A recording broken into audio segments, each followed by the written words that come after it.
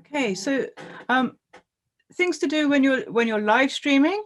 First of all, wait until it's exciting before you start your live streaming. You want to catch people's attention in the first few minutes, and they're going to share it and get other people to come and watch. So don't sort of do it while everyone's milling around and getting ready and getting their placards out of ready and things. Wait till it's all happening and then start. You could start with the camera pointing at you and introduce the action. Tell people where you are and why the protesters are there, and describe what's going on. It's nice to interact with the people watching on the live stream, so you can thank viewers for watching and ask them to share, but you mustn't put please share in the description, as Facebook doesn't like that. You can reply to the good comments as well. So for example, things like, thank you for watching from whichever country people say we're watching from. And I would just ignore the trolls or the negative comments. On Facebook, you can just remove these afterwards if they're irrelevant or rude. Here's a little live stream example. This was in Oxford. Not many people there, but it was a little action. So interviews and then going to the actions. We're not the only people to be considered. The 7.5 billion people that are on the planet at the moment are as nothing compared to the future generations that could depend on the life-giving services of this planet in the future. But we are destroying the ability of these people even to be born. Thanks for. So I'm just pausing there a second just to say, so think about your framing when you're framing your interview, so you can see him clearly and he's filling quite a part to this 1/3 of the screen. And then in the background, you can see the action taking place. Good likes and thanks for watching. We're going to go and see if they've got any more tunes lined up for us. So tomorrow starts 2 weeks of Extinction Rebellion actions across the country. Do you have another song lined up? We do. We have a traditional Extinction Rebellion chant, People Gonna Rise Like Water, which again is often used at Extinction Rebellion protests, and you may well hear in London. Okay? Ready? People gonna rise like water, gonna turn this system round. In the voice of my great-granddaughter, saying climate justice now. So with that, you can see that you're going from an interview, then you're showing going on to the next interview with a bit of narration, then you're showing what's happening on the action. So your steps during live streaming, longer streams get more viewers. So if you are able to keep live streaming for 30 minutes or more, you're going to get more viewers than if it's just lots of short videos. Beforehand, find good people to interview. I find that crucial to sort of get the points across about why people have come to the action and what they want to change, what the campaign is all about. You can repeat why your group is there and what is going on every sort of 10 to 15 minutes. With live streams, people just drop in and they watch a little bit, know what's going on, and then they move on to something else on social media. So it doesn't matter if you're repeating yourself every sort of 10 to 15 minutes as to why you're there and what that campaign is about. And at the end, it's nice to sign off, point out how the action's gone, repeat what the protest ask or demand is, and say bye for now and thanks for watching, etc. When you finish, go and check it. The finished live stream is on Facebook. You could edit the description if you need to then, and then copy and share the link widely. When you're off live streaming, if it's just you live streaming, then you need to both present the live stream and film it, which is quite a tricky juggle. So do practice ahead of time. I like to be behind the camera normally when I'm talking and showing the action and things that are going on, but otherwise you can use the button to change which camera, whether it's on the front of the screen if you want to present, and then you can press it so the front camera is working to film what people are doing on the action. If you've got two people working together, one of you can be holding the camera and filming and the other one presenting. And if you've got more people that are prepared to help you, another one could either hold your notes up. I often have a page of notes of what things to say, what points to remember. And they could also go and line up the next interview. So they could be going right through the action and find somebody else to come up to the camera to speak to the camera next. Also, after a live stream, if you do know editors, they can take the file from your phone and they could edit out some short clips for social media. So you might have got a great interview which lasted 90 seconds, really important clip, and then you could use that and put that out on all your social media as well. So amplify what that protest has done, get those short clips out there as well. They will get a different audience than somebody who wants to watch a 30-minute live stream. Think about what to film and what not to film. Don't ask what people are doing next. In the UK, there's quite a few sort of spicy or actions which could be arrestable. You don't want people to say those on the live stream before it happens. And also think about, could your footage be used to either support or convict a protester in court? So just be aware of what you're filming. Is it good for that protester to have that filmed, or should you point your camera in a different direction at that moment? And also quite a lot of my footage has ended up in court cases to help protect protesters, to show that they were being totally non-violent at the time of the arrest. Do let people know why the protesters are there, where you are, what are XR's demands, and have a list of relevant and interesting facts that you can drop in the present while you're narrating.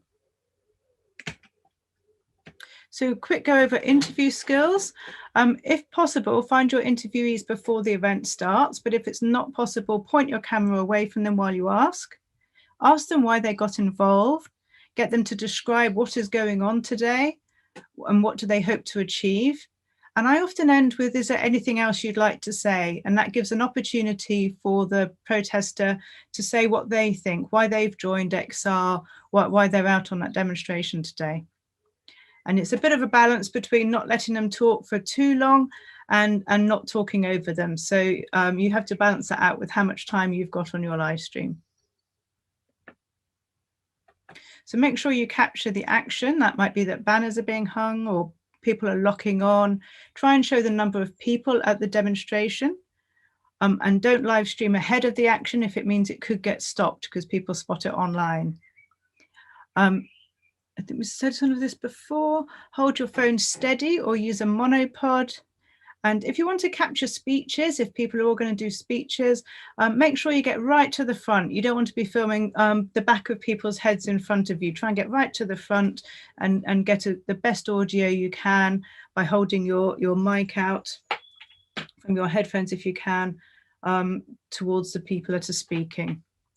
And also just think about safety. Stay aware of your surroundings, even though you're focused on your screen, and just be aware of traffic and police, etc. So we have a Telegram list, which is for global live streamers. And the idea is that you could ask questions on this list about live streaming. You can also let us know when you're going live, and then hopefully each of us can share other people's live streams to amplify that action. And yeah, so please do join the global live stream group, and we'll put that link out to you.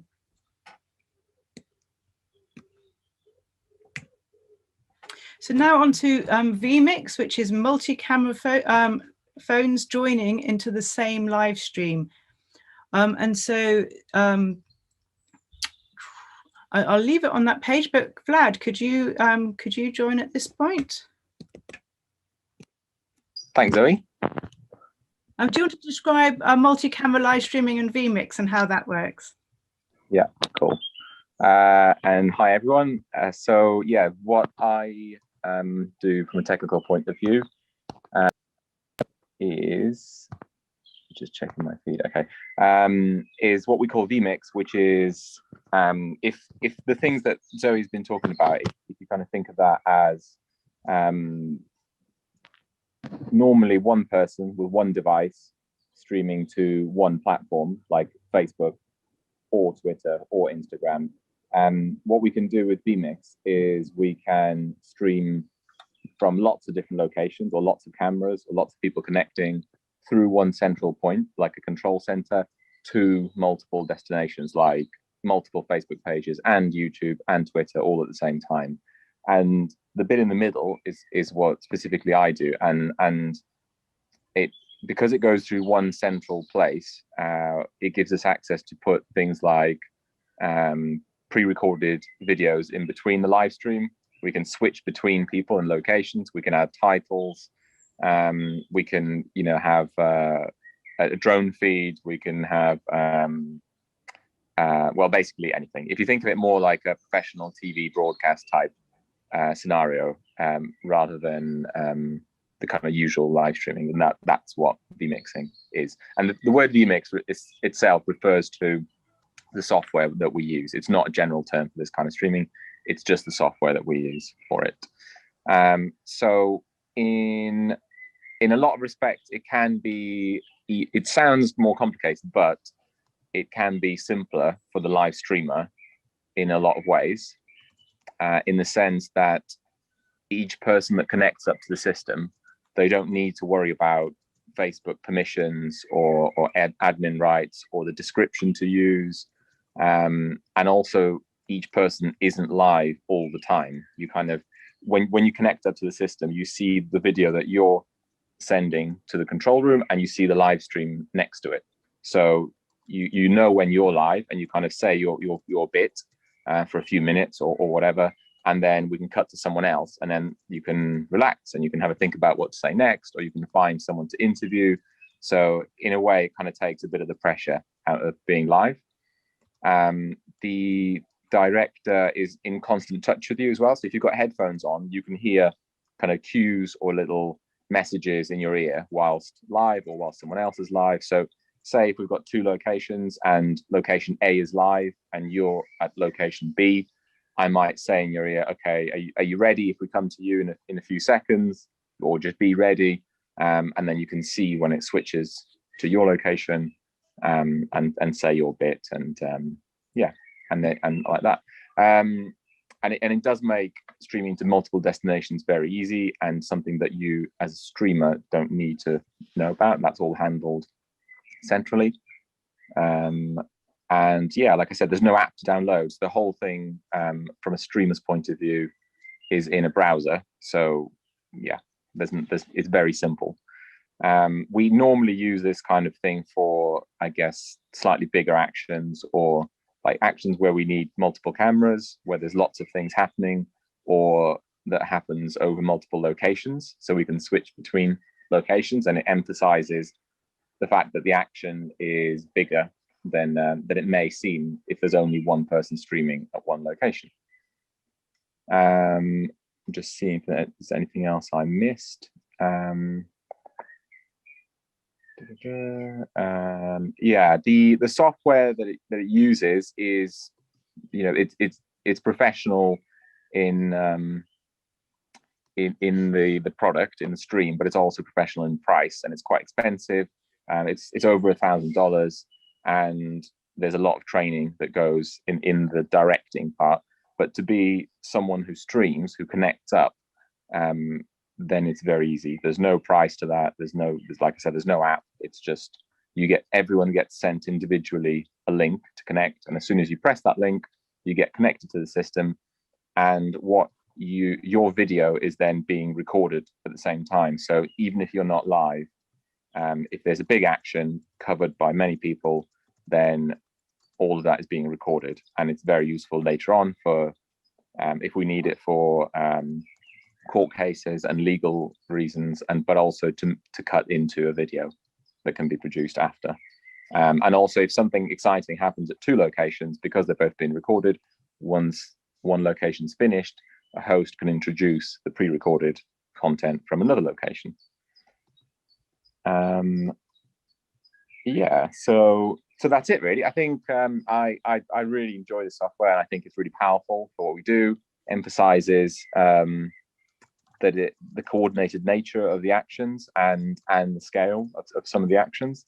And yeah, I just really enjoy kind of being in the vMix world. So I think from a point of view of maybe people here, just keep it on your radar, I guess. Maybe Zoe could say a few words, but vMix specifically, if a country has a big action coming up that would benefit from being streamed through vMix, then get in touch. It's not something we use for every action. It takes a lot of planning beforehand. But yeah, it's there, it's available. Oh, I've just got a couple of examples to show as well, if people would like those. So if I screen share again.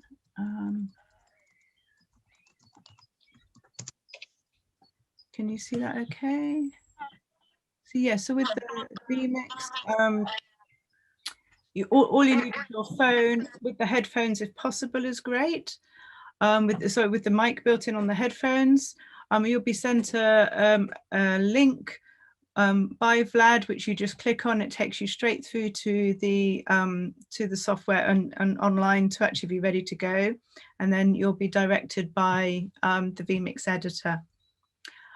So Vlad can have, I think, up to 8 sources of footage coming in. So those could be from any country in the world, but quite often one of those is his computer, and on there he can have pre-recorded videos. So we can have video clips that have been sent in earlier if similar actions have happened, but in different time zones, or if there's been edits made about that topic beforehand, we can drop those into the live stream, and it really does make actions feel global.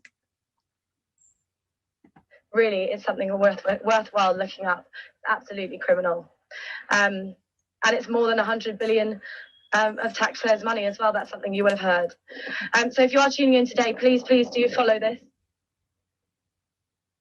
Amazing. I've just been told we're going to go to Colne Valley in Denham now. So I'm going to leave you from this concrete jungle in London. And I would just say, have a look around me. Do you want the rest of the British countryside to look like this? This is absolutely not something that I think we want our world to look like. We want more green spaces. We certainly don't want to be chopping them down. So we're going to go over now to Denham County Park to see some of those green spaces where people are fighting for change.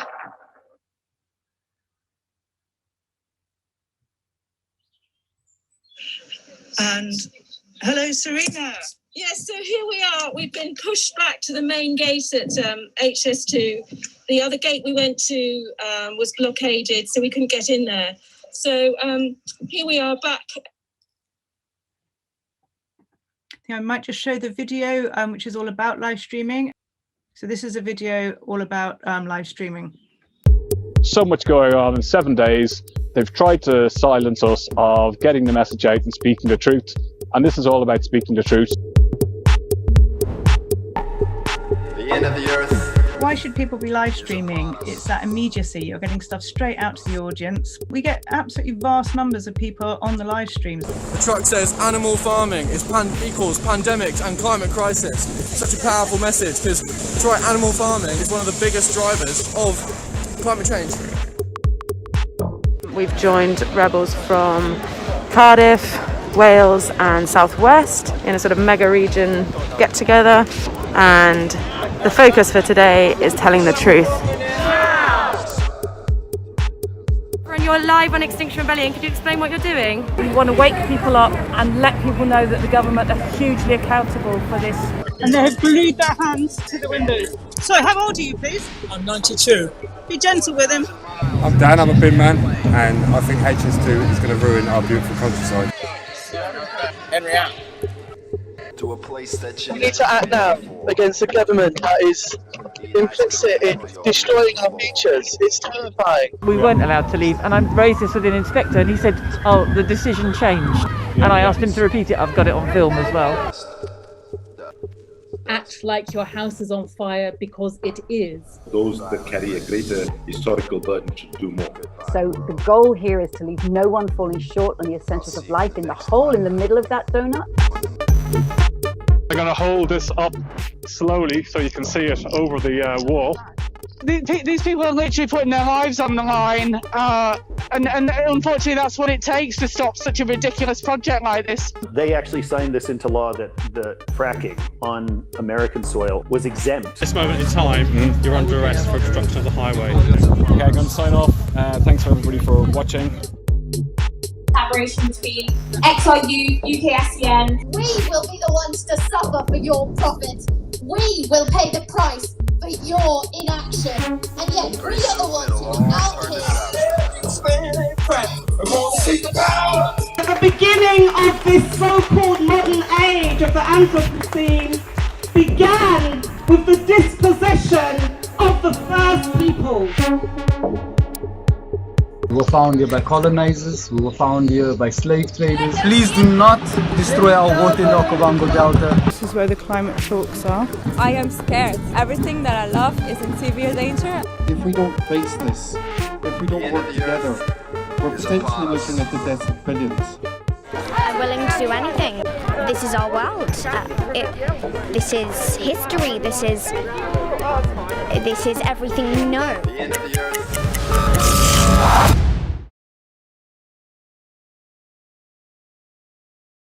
Yeah, just to say this is the start of our training plans, and we will do more advanced courses and repeat trainings as often as we can, so that there'll be more to come, and we'll make all the assets available as soon as we can as well.